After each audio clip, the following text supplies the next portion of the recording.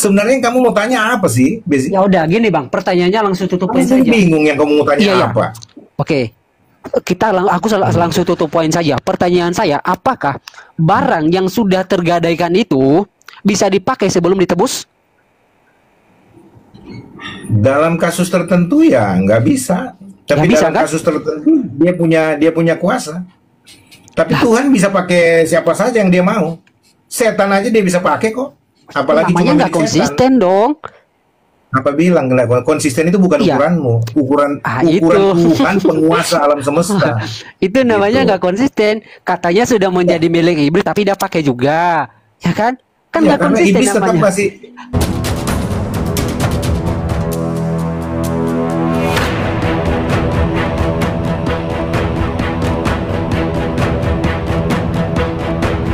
Assalamualaikum warahmatullahi wabarakatuh. Sahabat beriman, berjumpa kembali di Bintang Mu'alaf Channel.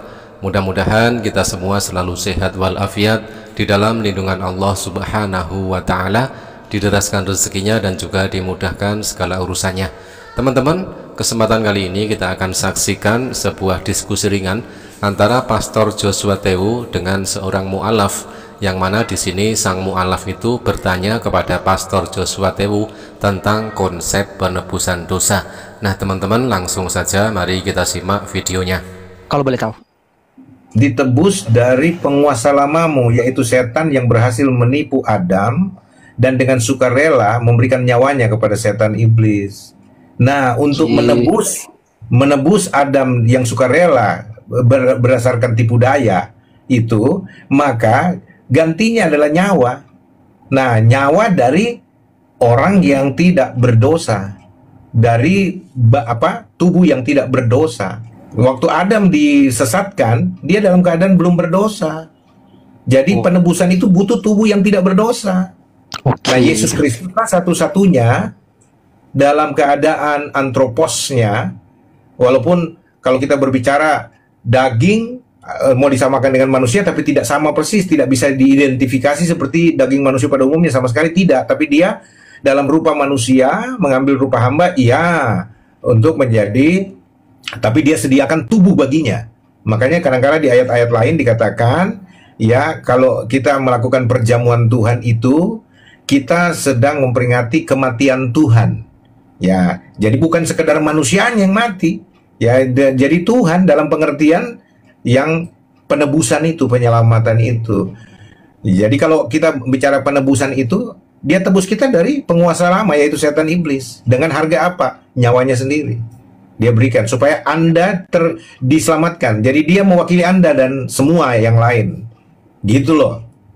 Ya teman-teman, kita bisa mendengar penjelasan dari Pastor Joshua Tewu yang mengatakan bahwa Tuhannya pernah mati. Jadi di situ bertentangan dengan ayat di dalam Bibelnya sendiri, seperti apa yang tertulis di dalam 1 Timotius 6 nomor 16, hanya Allah Bapa yang mempunyai hidup tak berkesudahan.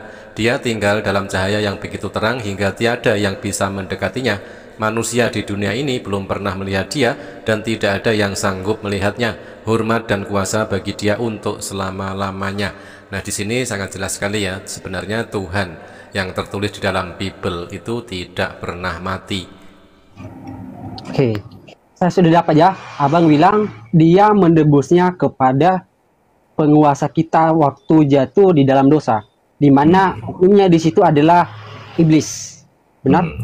Berarti keturunan Adam sebelum Yesus datang semuanya sudah menjadi milik iblis. Benar? Ya, terus lanjut lagi. Pertanyaannya, Bang, apakah orang yang sudah menjadi milik iblis bisa Tuhan pergunakan?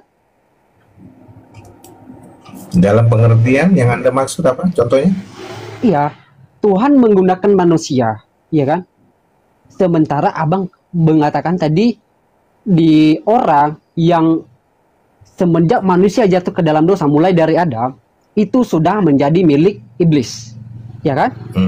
Sebelum Yesus datang. Sekarang dalam pengertian terbatas ya jiwanya. Oke. Enggak, ini berbicara kepemilikan tadi Bang yang kita bahas. Iya. Oke. Tapi semuanya di bawah otoritas Tuhan juga. Kalau masih di bawah otoritasnya, kenapa harus ditebus? Loh, karena Tuhan konsekuen. Ya, karena manusia sendiri yang mau, ya, artinya melepaskan dia punya nyawa Gini, kepada Bang. iblis. Pertanyaannya gini, Bang. Tapi kan tidak langsung semua manusia. Dengar dulu, supaya saya bisa menjelaskan dengan teratur kepada kamu. Oke, silakan. Apa yang kamu mau? Gini-gininya apa itu? Ya, ketika manusia menjadi milik iblis, apakah mereka berada di bawah kekuasaan iblis? Bisa? Terus? Bisa. Berarti mereka di situ, karena ini berbicara kepemilikannya, berarti di situ Abang akan mengatakan bahwa mereka itu adalah milik iblis. Pertanyaannya, Ya. apakah yang sudah menjadi milik iblis bisa Tuhan peralatkan, Tuhan pergunakan?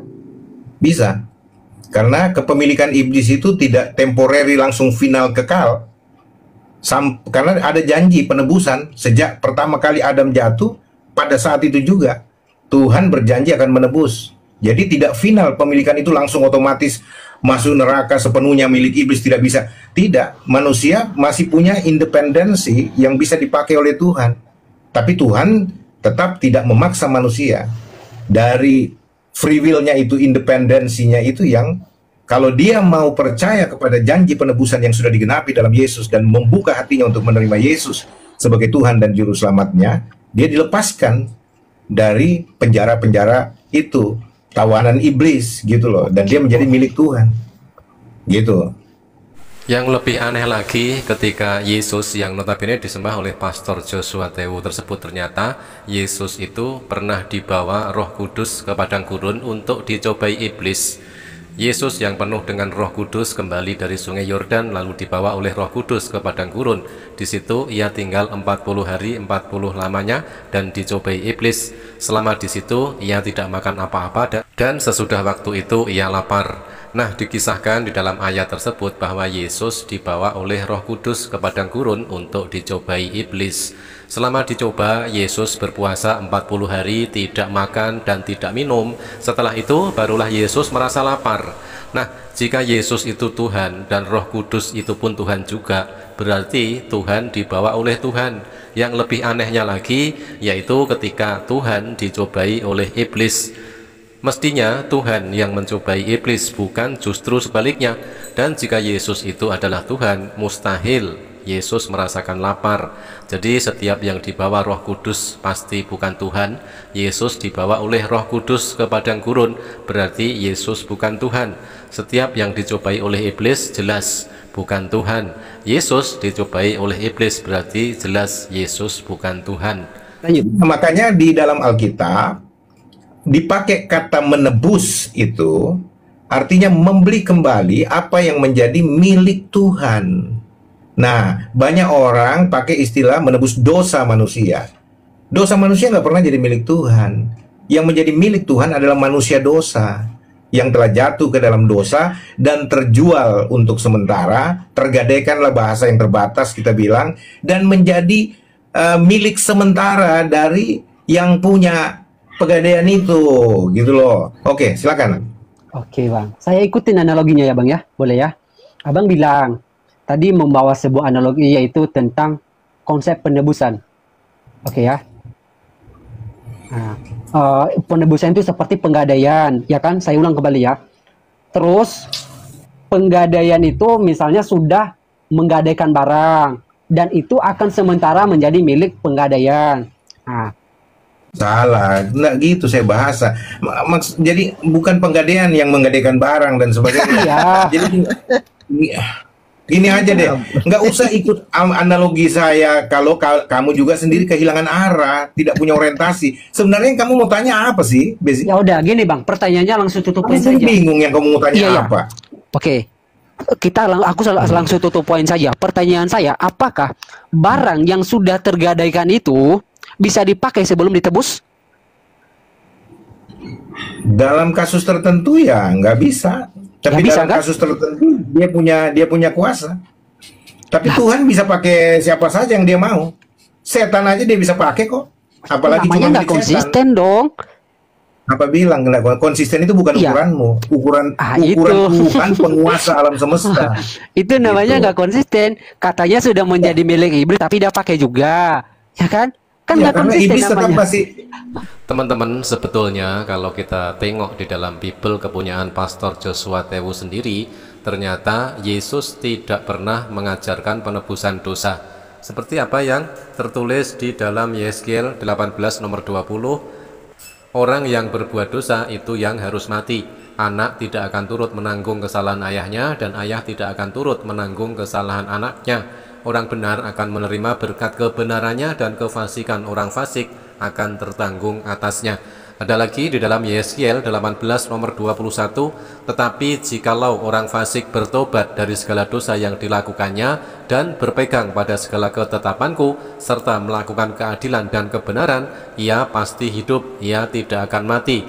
Ada lagi di dalam Yeskiel 18 nomor 22, segala durhaka yang dibuatnya tidak akan diingat-ingat lagi terhadap dia, ia akan hidup karena kebenaran yang dilakukannya. Yeskiel 18 nomor 23, apakah aku berkenan kepada kematian orang fasik?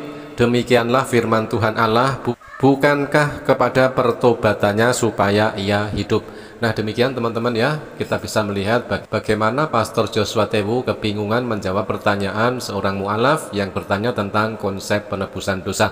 Terima kasih, mudah-mudahan bermanfaat. Jazakumullah khairan kasiron. Wassalamualaikum warahmatullahi wabarakatuh.